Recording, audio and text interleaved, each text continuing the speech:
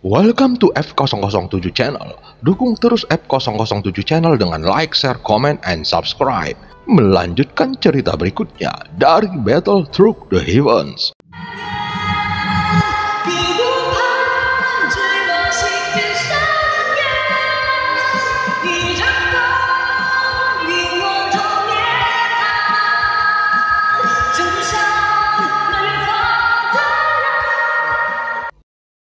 Pada part sebelumnya, di puncak gunung ke-11, Xiaoyan bertemu dengan sosok misterius yang terus membangun puncak gunung dan menebarkan benih.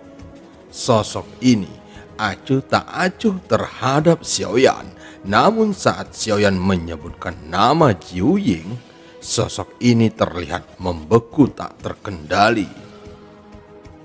Tidak peduli tingkat apa yang telah kamu kembangkan di sini, kamu pada akhirnya akan binasa dengan berlalunya waktu.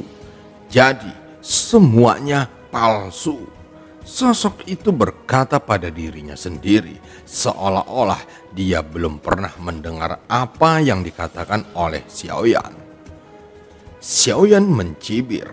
Menurut pendapatnya, orang ini hanya berpura-pura tenang. Jadi, apakah kamu salah satu avatar dari Jiu Ying? Xiaoyan tidak berhenti di situ, tetapi mengeluarkan penguasa berat Xuan di belakangnya dan menatap orang ini dengan dingin. Sosoknya sedikit bergetar dan dia terus mengutak-atik pegunungan. Jika ribuan gunung ini semuanya dilakukan olehnya, sepertinya dia benar-benar tidak menipu Xiaoyan bahwa tidak ada jalan keluar di sini.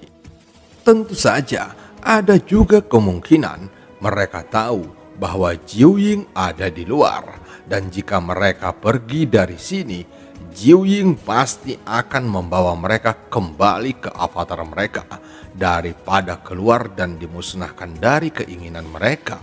Lebih baik hidup nyaman di sini tanpa peduli waktu. Apakah dia mengirimmu ke sini? Sosok itu menoleh sedikit untuk pertama kalinya, dan ternyata itu adalah wajah yang tampan, lembut seperti batu giok, dan tampak seperti seorang yang terpelajar. Jadi, kamu takut pada Jiu Ying sehingga kamu tidak pergi dari sini? Xiaoyan bertanya, memegang penguasa berat Xuan-nya. Jika kamu ingin melakukan sesuatu, kamu dapat membunuhku kapan saja. Tidak ada perbedaan antara hidup dan mati.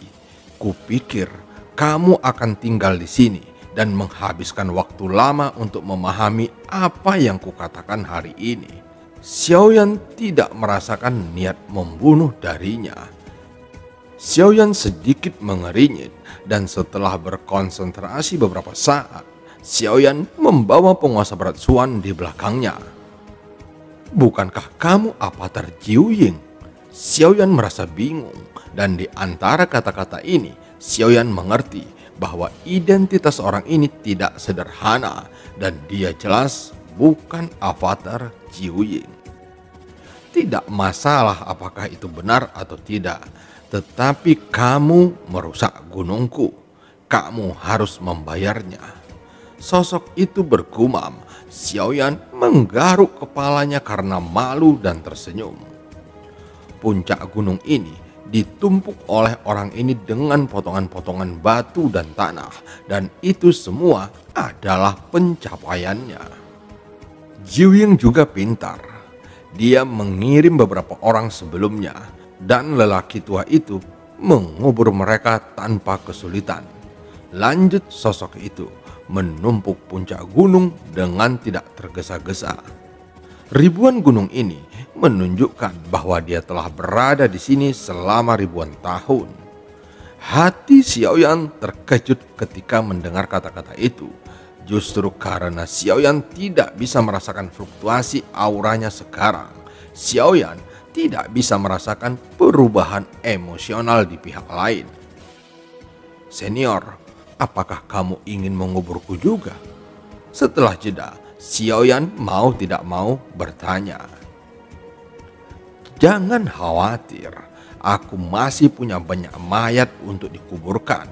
Adapun kamu, nanti. Dan tentu saja, tapi jika kamu ingin hidup, kamu dapat membayarku kembali sebanyak gunung yang kamu hancurkan sebelumnya. Sosoknya berkata perlahan dengan nada acuh tak acuh yang membuat Xiaoyan merasa sangat cemas. Setelah selesai berbicara, sosok itu melambaikan tangannya dan tumpukan mayat muncul di tanah di depan Xiaoyan.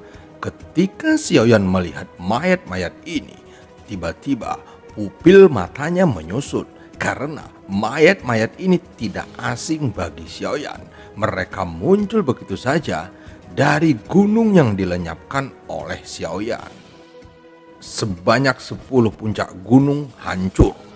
Sosok itu berkata, Xiaoyan melihat mayat-mayat ini dan kemudian melirik sosok itu lagi dengan ekspresi ragu di matanya. Jika Jiuying tidak mengatakannya, Xiaoyan akan benar-benar berpikir bahwa tempat ini adalah ilusi. Tapi sejak Jiuying mengatakannya, maka tempat ini pasti bukan ilusi, tetapi semua yang muncul di sini terlalu misterius untuk Xiaoyan. Dan pada saat ini, dia bahkan lebih bingung dengan arti sosok itu.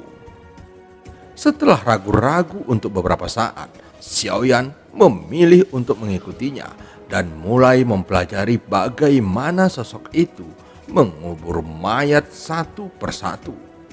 Hal semacam ini bisa dilakukan dengan setiap gerakan. Ketika Xiaoyan melambai, batu dan tanah yang tak terhitung jumlahnya naik ke langit. Kemudian mereka semua pergi untuk menghubur mayat-mayat itu. Xiaoyan butuh hampir kurang dari setengah hari dan 10 puncak dipadatkan. Ketika Xiaoyan melihat sosok itu di sekitar, tetapi sebelum dia dapat berbicara, 10 puncak yang telah dia padatkan runtuh bergemuruh. Asap dan debu naik kemana-mana. Xiaoyan sedikit mengerinyit dan menghabiskan waktu lagi untuk memulihkan puncak gunung yang runtuh. Tapi kali ini masih sama, hampir tidak bisa bertahan lama, kemudian hancur lagi. Xiaoyan segera memperhatikan situasinya. Sambil mengerutkan keningnya, dia menoleh untuk melihat puncak gunung yang ditumpuk oleh sosok itu. Tetapi dia tidak melihat sesuatu yang aneh. Itu juga dibentuk oleh sejumlah batu besar dan tanah. Xiaoyan terus mencobanya, ketiga kalinya, keempat kalinya, dan tidak peduli apa, gunung itu tetap runtuh.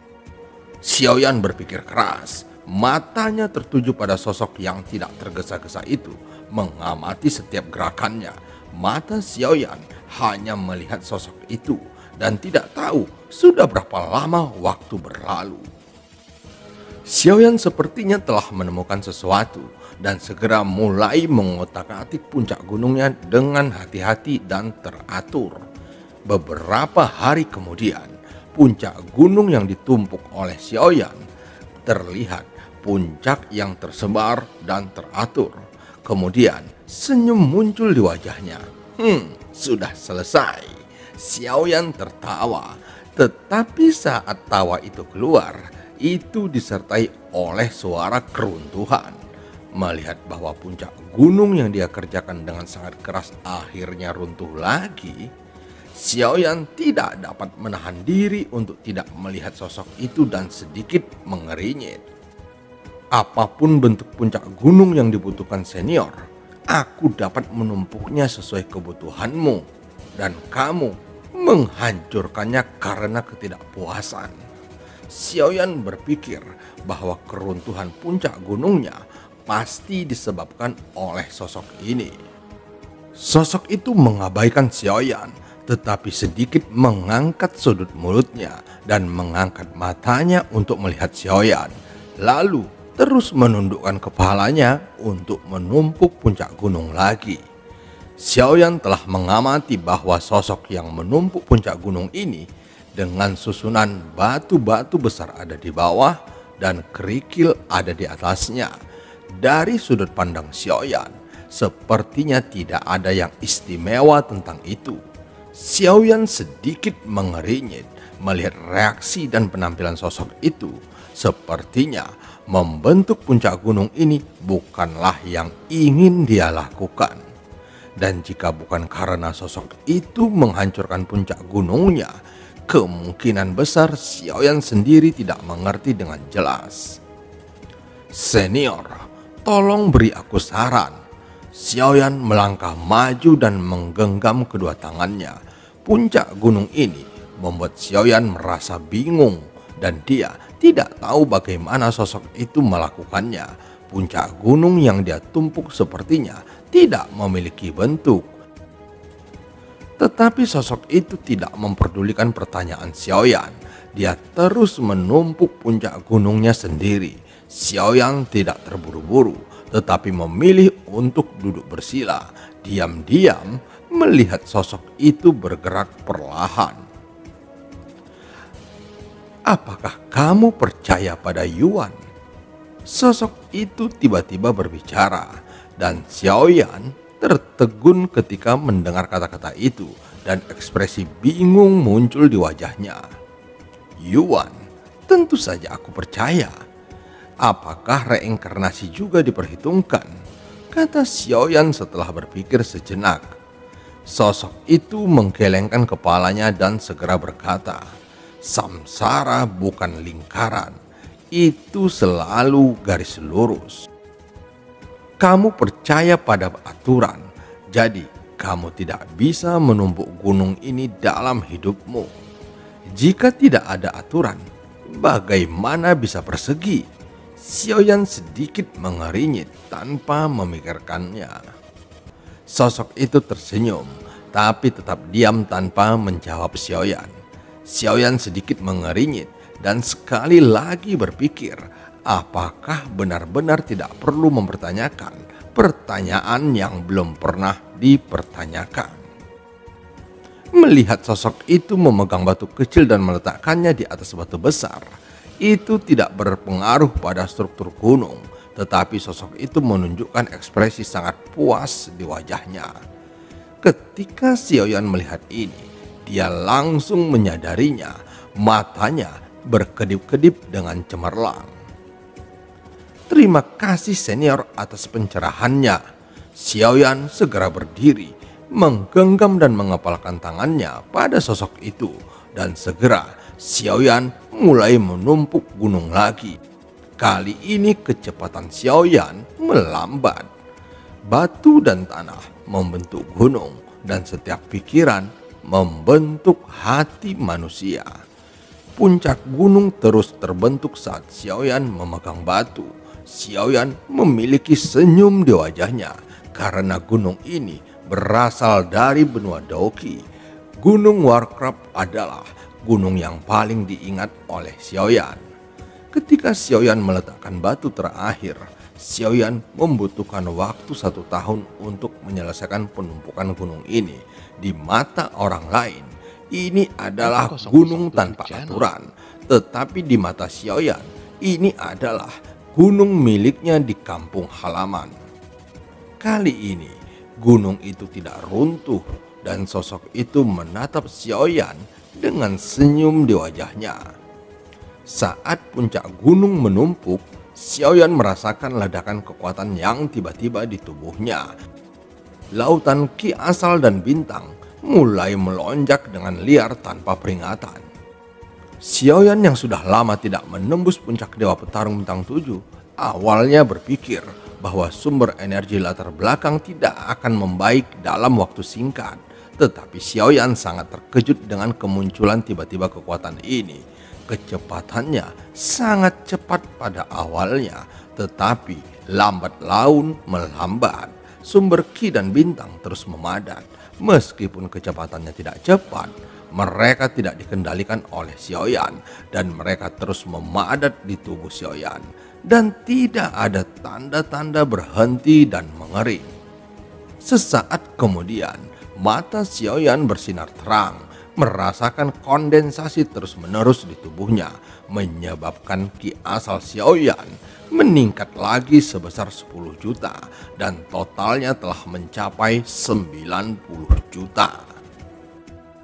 Dalam sekejap mata, dia selangkah lebih dekat ke Dewa Petarung Bintang 8. Mata Xiaoyan sedikit menyipit dan dia menghela nafas panjang.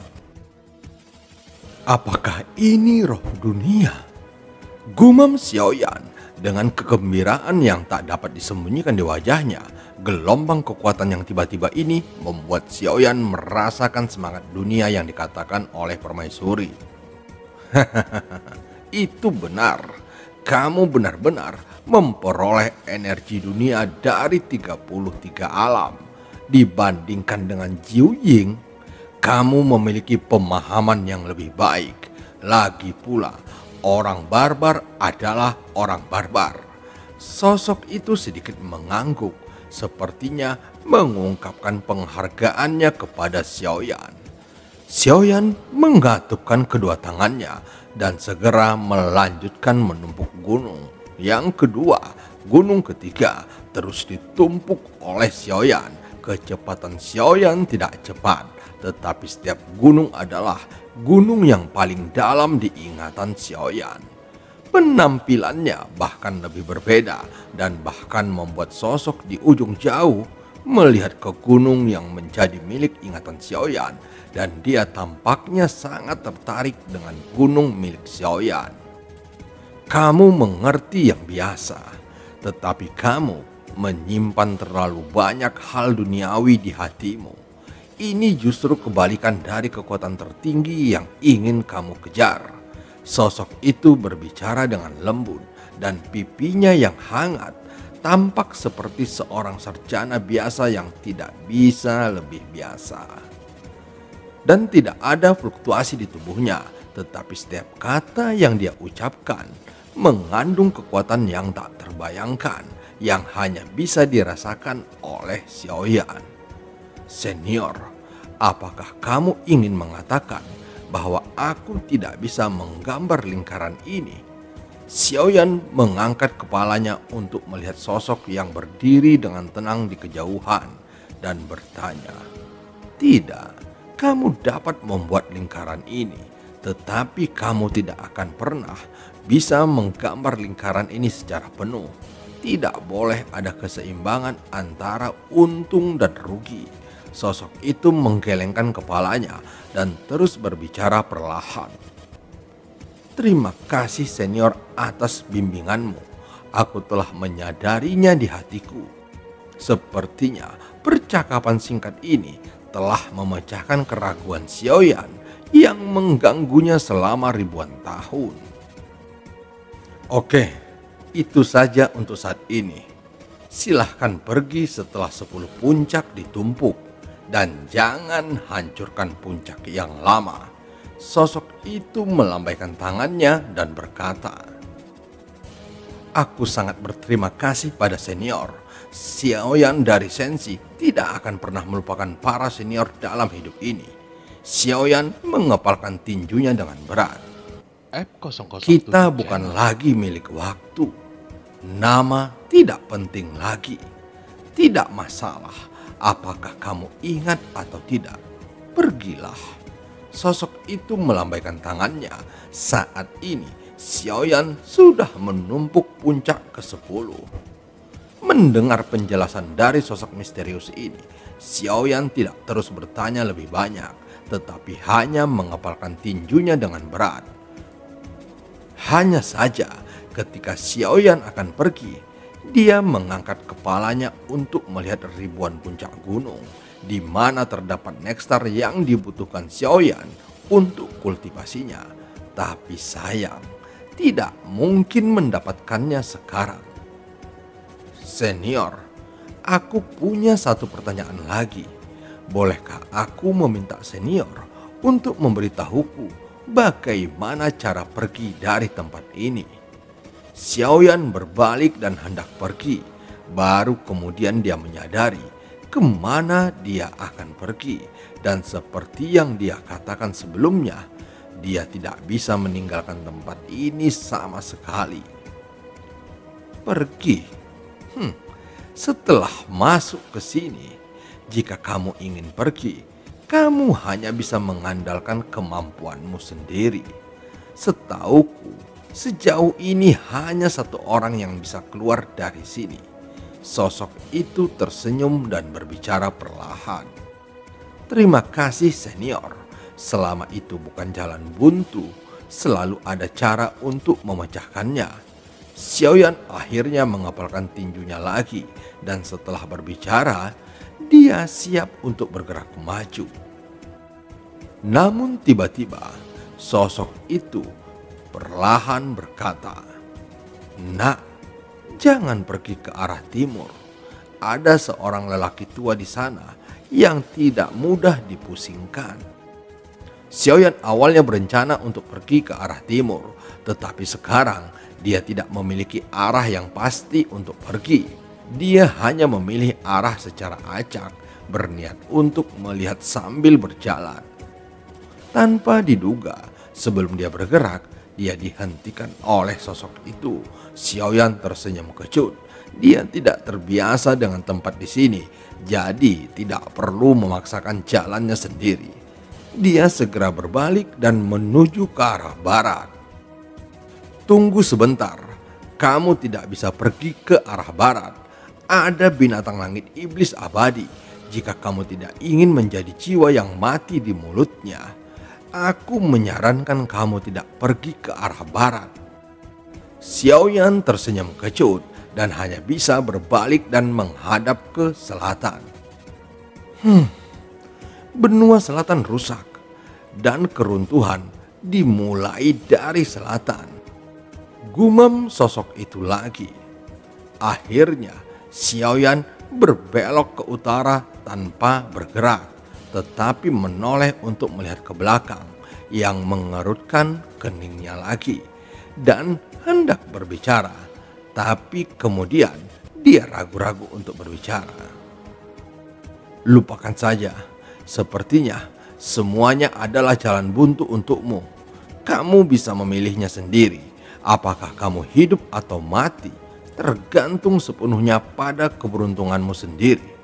Sosok itu melambaikan tangannya dan berkata dengan wajah malu. Xiaoyan sekarang membeku di tempat, membuatnya bingung harus berbuat apa. Dengan cara ini, hanya tempatmu yang lebih aman. Kenapa tidak? Xiaoyan menggaruk kepalanya sambil tersenyum. Mata sosok itu segera menatap Xiaoyan dengan dingin dan kemudian perlahan berkata, "Jika kamu masih berani menghancurkan gunungku, aku akan menjadikanmu salah satu gunungku." Xiaoyan langsung tersenyum canggung ketika mendengar ini. Tentu saja dia tidak ingin melakukannya, mempertanyakan keaslian dari apa yang dikatakan sosok itu.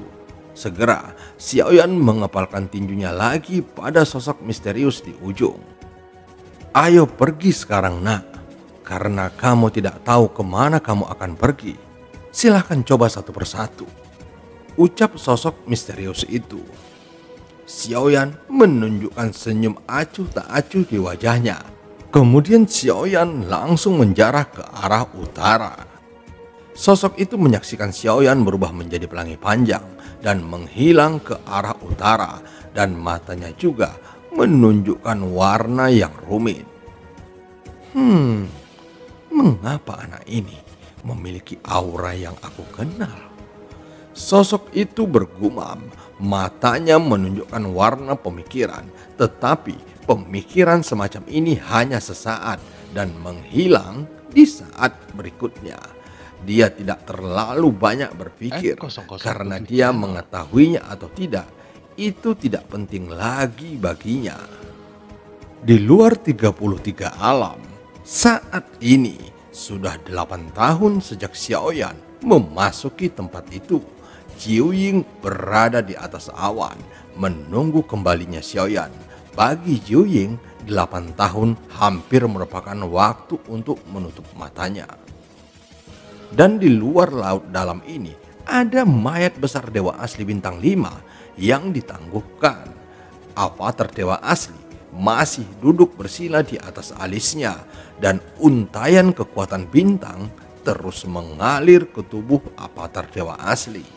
Di tengah alisnya, kedua segel bintang saling melengkapi, bersinar dengan cahaya yang redup saat dia terus menyerap kekuatan bintang yang ditinggalkan oleh dewa asli bintang 5. Segel bintang ketiga di tengah alisnya perlahan-lahan mengembun. Seiring berjalannya waktu, segel bintang ketiga di antara alisnya berangsur-angsur menjadi padat. Sampai saat ini, ki dan darah yang kuat menyebar dari tubuhnya. Segel bintang ketiga di tengah alisnya mengeras secara mengesankan.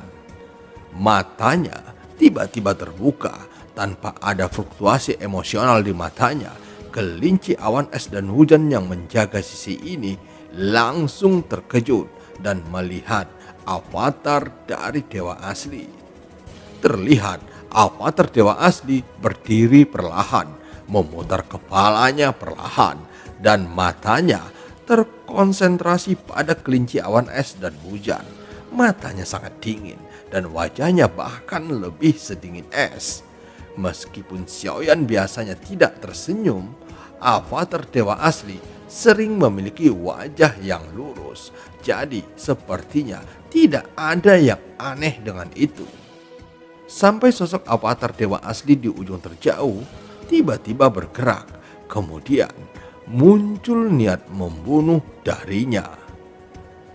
Dan film pun berakhir. Sampai ketemu di part selanjutnya.